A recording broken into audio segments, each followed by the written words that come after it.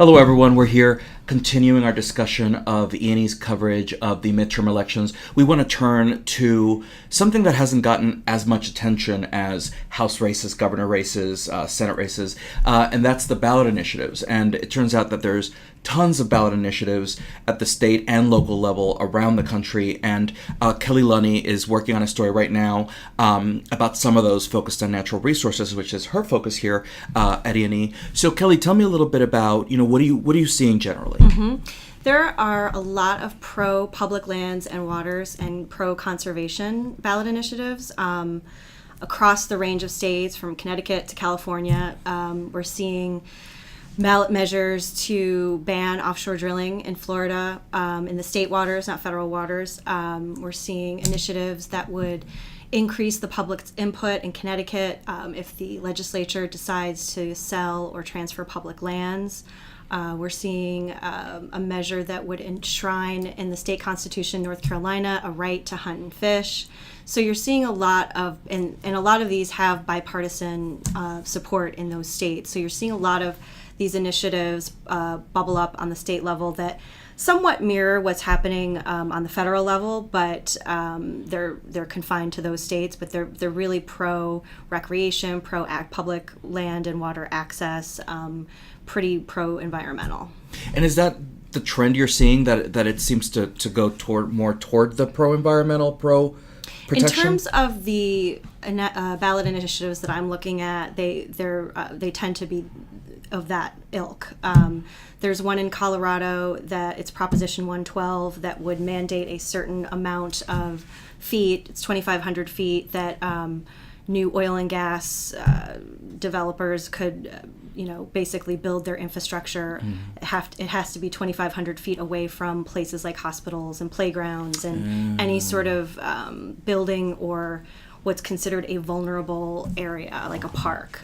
So that's another sort of pro-environmental push at that level. It's got a lot of opposition and support, so that's one of the more controversial ballot initiatives we're seeing. But generally speaking, we are seeing a lot of, at the state level, efforts to increase the access to green space, increase the access to hunting and fishing, and protect public lands and waters in general. Okay.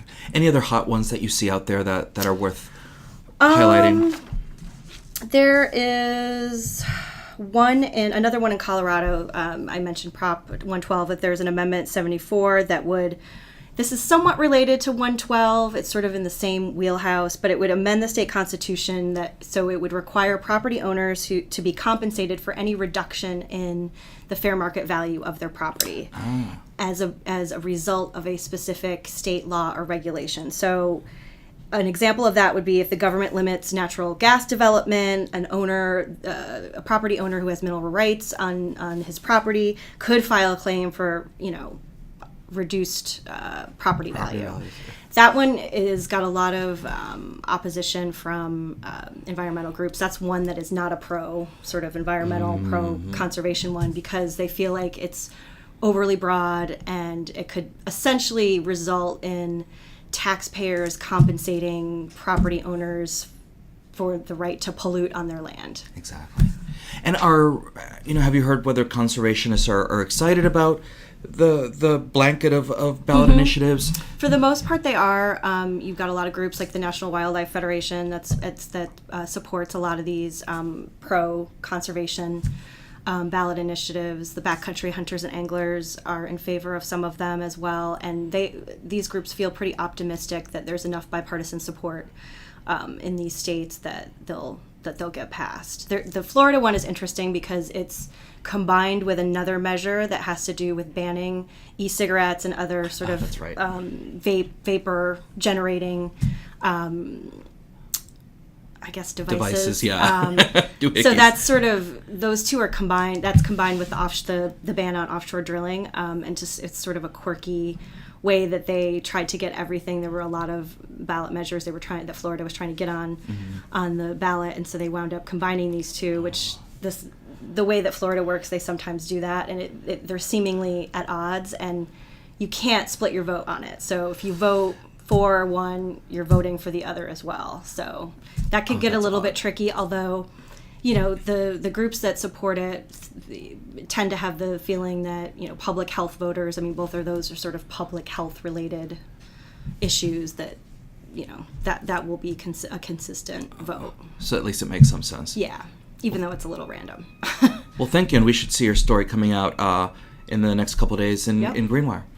Wonderful. And we'll also have coverage of more energy-related ballot initiatives. George Kalink just came back from Arizona and Nevada, where there's power-related ballot initiatives. We'll have coverage on that, likely in Energy Wire.